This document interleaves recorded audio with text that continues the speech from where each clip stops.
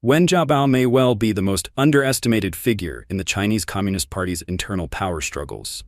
Few would have expected that this seemingly calm, mild-mannered elder was in fact the key player who brought down Bo Xilai, elevated Xi Jinping to the pinnacle of power, and who now may be the only one capable of pulling Xi down.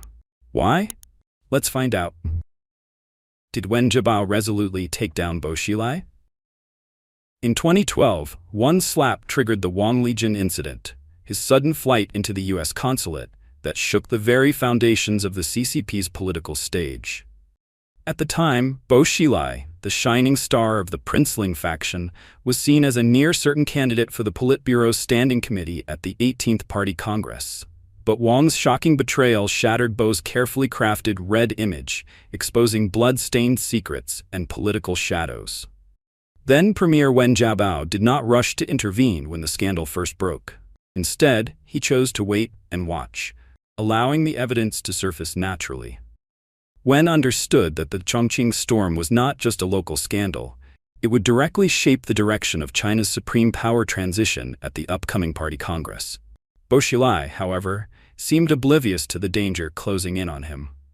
During the 2 sessions in Beijing, he laughed confidently, spoke of red Ferraris, and even recited lines of poetry declaring, not yielding even an inch to the overlord.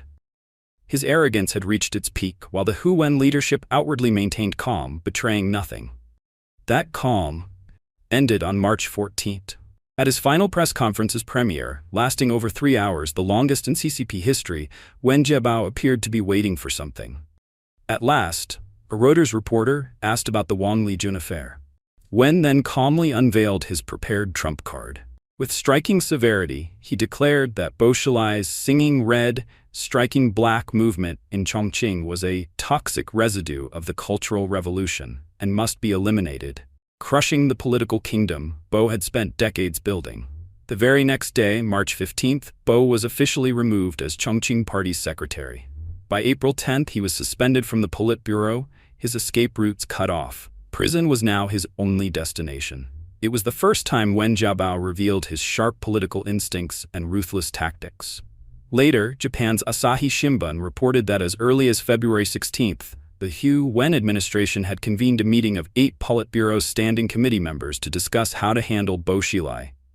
Hu Jintao, Wen Jiabao, Li Keqiang, and He Guoqiang supported an investigation and Bo's removal, while Jiang Zemin's allies Wu Bangguo, Jie Qinglin, Li Changchun, and Zhou Yongkan opposed it.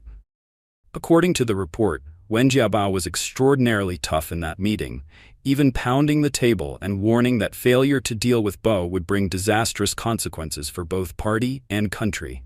Wen had calculated the situation carefully.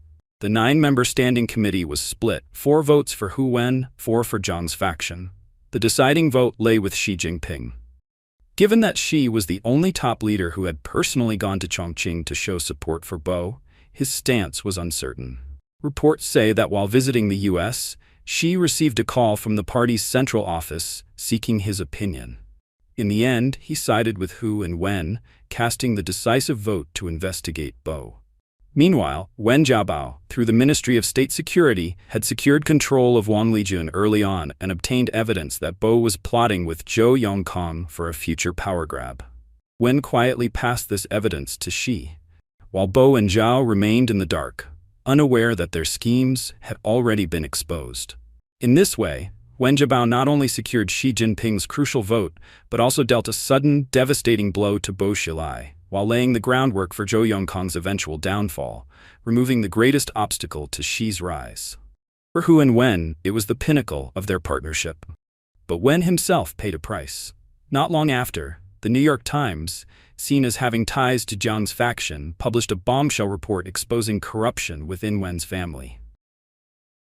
The smell of gunpowder from this power struggle was so strong you could sense it across the Pacific. Did Wen Jiabao and Xi Jinping fall out? Their alliance was brief, the first and last time Wen Jiabao and Xi Jinping stood side by side. Wen never imagined the man he had helped rise to power would turn out to be an upgraded version of Bo Xilai. At first, Xi leaned on an anti-corruption drive to consolidate authority, with support from Hu and Wen. But But as his power grew, Xi revealed his true nature, expanding Bo's Chongqing model into a nationwide campaign: tigers and flies, crackdowns, and ideological control. In essence, both men sought to revive Mao-style hardline politics to crush reformist forces. Wen Jiabao, a technocrat rooted in economic management, was at heart a steadfast reformer. As Xi's leftist leanings became clear, a split was inevitable. Wen called for institutional reform and warned against a cultural revolution comeback, while Xi promoted the core leader cult and centralized power. Wen favored market liberalization and openness. Xi pushed dual circulation and the advance of state enterprises over private firms. Wen projected a people-friendly image, visiting the poor, while Xi imposed harsh social control, jailing human rights lawyers in the 709 crackdown and demanding unconditional obedience. Just a year after Xi took power, with Wen freshly retired, Xi couldn't resist a veiled jab, accusing Wen of pretending to be enlightened to win praise at home and abroad. He urged the party to be like him, wielding the sword to dominate public opinion. The real barometer of their relationship was Wang Yang. A reformist technocrat and Bo Xilai's rival, Wang embodied Wen's political legacy. He experimented with village elections in Wuhan, pushed for asset disclosure, and openly rejected the idea that the people's happiness was a gift from the party. Such moves doomed him under Xi. Though Wang entered the Politburo Standing Committee, he was sidelined to the largely ceremonial CPPCC, a clear demotion. This signaled the growing rift between Wen and Xi. By 2019, during the Hong Kong extradition protests, the clash turned open. Media reported that three party elders, Zhu Rongji, Li Ruiwan, and Wen Jiabao, opposed Xi's hardline crackdown, warning it destroyed Deng Xiaoping's one country, two systems promise and worsened relations with the West. Wen is even rumored to have told Xi bluntly, "We've said all that needs to be said. The rest is up to you." Xi ignored him and pressed on with repression, unbothered by a few retired elders. At the 20th Party Congress, Wang Yang, still under retirement age, was unexpectedly forced out, stunning observers. His exit marked Wen's defeat in grooming a successor and the total collapse of the reformist succession plan. From then on, Wen and Xi were no longer uneasy allies, but open adversaries. In 2021, Wen published a long essay in Macau Herald to commemorate his mother, using it to criticize the Cultural Revolution once more. The article was quickly scrubbed from the internet. Around the same time, state media celebrated Xi's mother, Qi Xin, portraying her guidance as shaping Xi's resilience at the top. Even motherhood became a battleground in elite politics. Xi dismissed Wen's words, just as he brazenly had Hu Jintao dragged from the 20th Congress in front of global cameras. Why would he bother with a retired, humble-born former premier? But that underestimation may prove one of Xi's greatest mistakes. Like Bo Xilai and Zhou Yongkang before him, Xi overlooked Wen's quiet but enduring influence. Australian scholar Yuan Hongbing has cited a Beijing rumor. Wen once declared, "Whoever tries to revive the far-left ideas of the Cultural Revolution, whoever wants to bring back the Gang of Four's path, should cut off my head first. I will not watch the Yangtze and Yellow Rivers flow backward."